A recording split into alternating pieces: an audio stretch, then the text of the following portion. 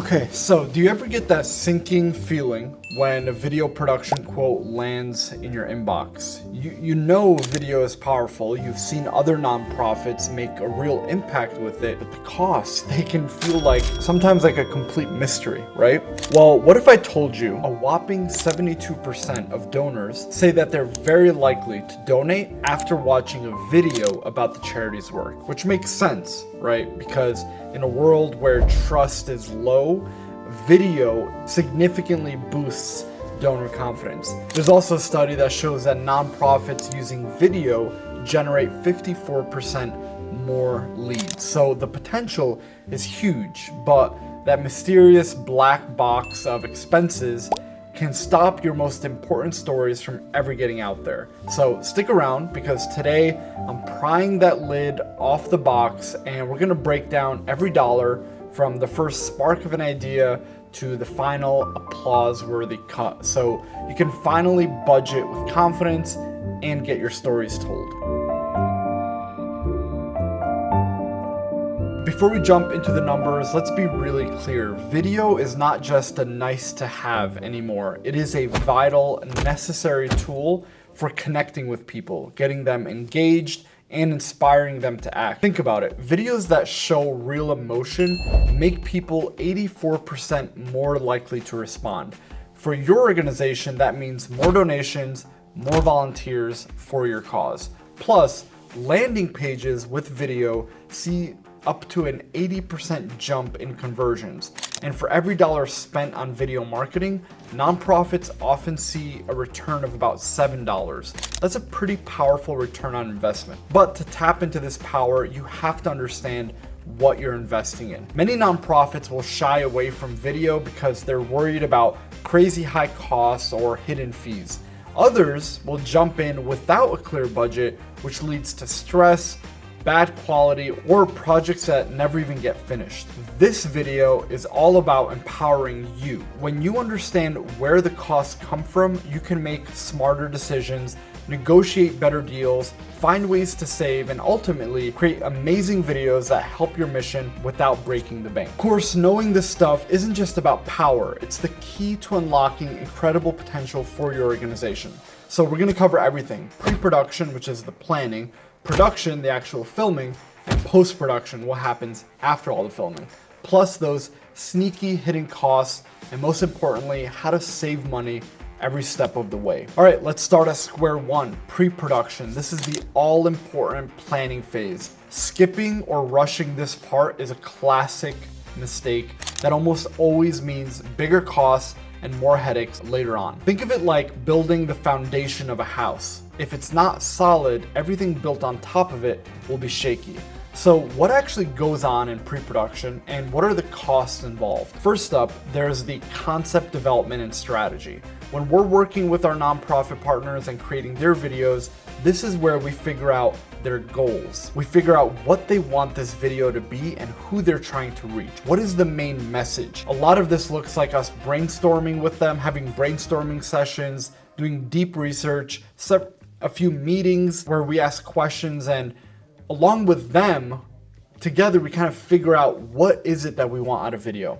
While you can do a lot of this yourselves, if you're working with a video production company like ours, their time for giving strategic advice and consultation will be part of the cost. And it's an important cost, and there's a lot of value to it because, like I said earlier, you're building the foundation. And if you're trying to cut costs at this point, it might seem like an easy cost-saving measure at the time, but trust me, by the end of it, you're gonna see bad results because you're cutting on this part. For a simple project, this planning stage, including initial meetings and project management, might run you anywhere from $400 to $1,500. For more complicated projects that need deeper strategic thinking, this could go up to $3,000 or even more. Next is the script writing and revisions. A great script is going to be the heart and soul of your video. It sets the story, the visuals, and how everything flows together. Professional scriptwriters charge based on their experience and how long the video is, plus how complex it is. You might pay per word, per minute of video, or a flat fee for the project. I typically see flat fees. Revisions also play a huge part. So make sure you're really clear about what you need up front so you can cut down on rewrites, which, you guessed it, add to the cost. With our company, everything is included, including unlimited rewrites, revisions, as well as scripts, strategic planning over the course of a year, not just to one project. But then there's storyboarding and shot list. A storyboard is like a comic strip for your video. It kind of maps out scene by scene what the video will look like. Sometimes there won't be a storyboard, but there will be a shot list, which is going to detail every single shot that you need to get this. These tools are incredibly important for an efficient shoot. Besides the fun of creativity and figuring out what are the coolest shots, they make sure that everyone is on the same page. Your organization, the video production company you hired, which in turn will stop you from wasting time and money on the filming day. I can't tell you how many times from my early student film days and early production days where we get on set and we're like, all right, what are we gonna film? And then we're wasting time and we're burning daylight figuring out the best shot. Just cut all that. Pre-planning is all about preparation. Production, which we're about to get into, is just execution. These storyboards or shot lists can be created by a director, a dedicated storyboard artist, or as part of what the production company offers, which is what we do. Then we have the location scouting and permits. The sort of rule of thumb is if you're putting sticks or a tripod down on the ground, you'll need a permit if you're shooting outdoors or in a public area. But if you're handheld and you're in a big city, you're not on private property, you can mainly get away with just about anything. I've had whole productions with cars. I remember we had like 3 limos, like a 10-person crew, maybe we had like 5 principal casts, and then we had like 15 extras, and we had production vans, and we had grip equipment, we had multiple cameras, and we had audio equipment. We were shooting in a public park, no permit. And this was in LA, which is like the worst place to shoot without a permit, and we got away with it. But then I've had situations where it's just me and 2 actors, and we were shooting on Rodeo Drive, and we got kicked out like within 5 minutes. So a little bit of it is luck of the draw, a little bit of it is proper planning. Permits get extremely expensive, especially if you're shooting in a big city, so make sure to take account if you're shooting outside in a public area. Take into account like, okay, if we're not gonna do permits, then we have to be prepared to be kicked out of places. To be honest, most of the nonprofit documentary work we do, we're not getting permits because 1, we're either shooting indoors, or 2, we're shooting in a place where the organization has already gotten approval from, like, let's say we're shooting outside of a building, we've already gotten approval from that building to be shooting out there. And we almost never go to the town to get permits. But if you've got, here's the way to look at it. If you have a big production where you can't risk being kicked out, pay for the permit.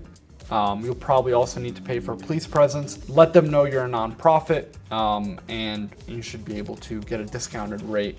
But yeah, make sure you get that. Finally, scheduling and logistics pull everything together in the pre-production stage. This is about coordinating your crew, your talent, locations, and equipment. It's detailed, time-consuming work, often handled by the producer or the project manager. And of course, their time costs money, but good planning here saves tons of money during the more expensive production phase. Oftentimes, these production schedules are literally hour-by-hour breakdowns of what time you need to arrive at the location, what time you start shooting, what time you stop shooting, what time you eat lunch, what time you move to the next location, the amount of time the train will take you to get to that next location, the amount of setup time required at that next location, what time you're shooting at that next location, what time you're wrapping, and so on and so on. And so highly recommended, but definitely required to have a production schedule. So I talked a lot about how you shouldn't try to cut expenses during pre-production. So let's talk a little bit about